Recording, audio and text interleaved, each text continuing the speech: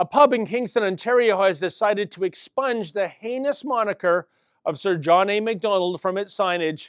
Apparently, the mere sight of our first Prime Minister's name might trigger some people. I think I need a drink. Actually, make it a double.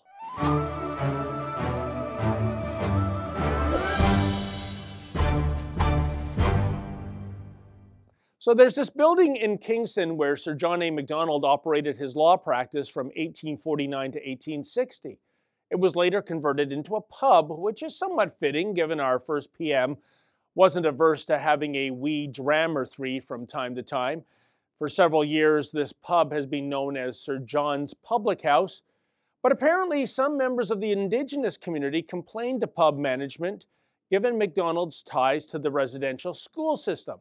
So instead of debating the issue or agreeing to disagree, the owner of the pub, Paul Fortier, raced to a signage shop and purchased a new whiz-bang placard for the place. The pub is now simply known as the Public House, which is surely a masterstroke of vapidity. I mean, really, the Public House? All things considered, I think I would have renamed the place the Squeaky Wheel.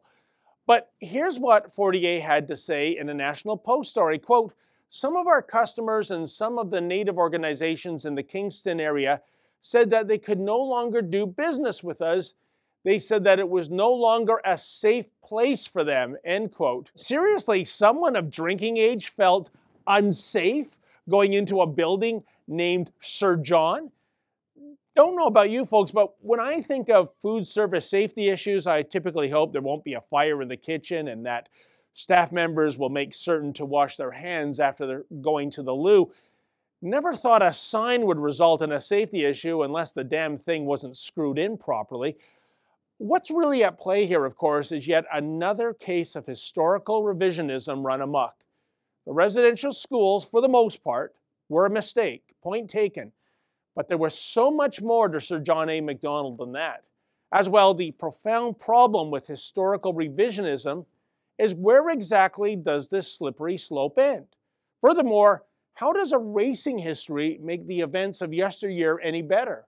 It's so easy to be a Monday morning historical quarterback when one didn't deal with nuance and context, but rather just 2020 hindsight.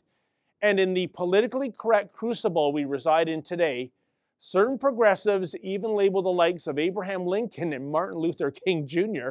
as racist. What next? I'm almost afraid to ask. Yet back to that pub in Kingston, how does new signage fix anything, really? Case in point, we know that Sir John inhabited this building for a dozen years, so shouldn't this alone keep the anti-Macdonald crowd away? After all, sure wouldn't want the evil spirit of Sir John to trigger anyone.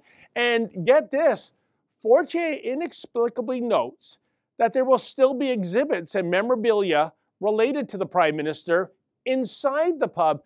So it's not okay to have Sir John's moniker on the outside of the pub, but it is okay to have that namesake on the inside?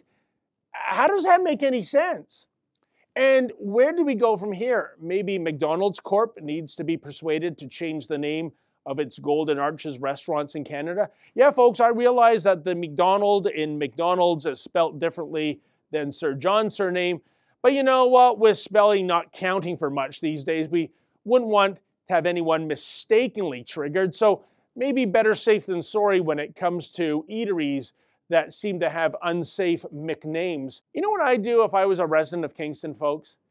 I'd go down and have lunch at the Public House, and then when it came time to settle the check, I'd pull out a stack of these purple bills.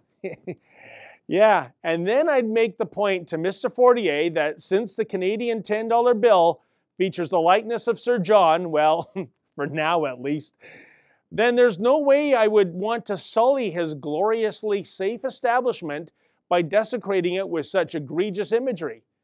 And then I'd humbly suggest that since I'm lacking alternative currency, perhaps the meal should be on the house.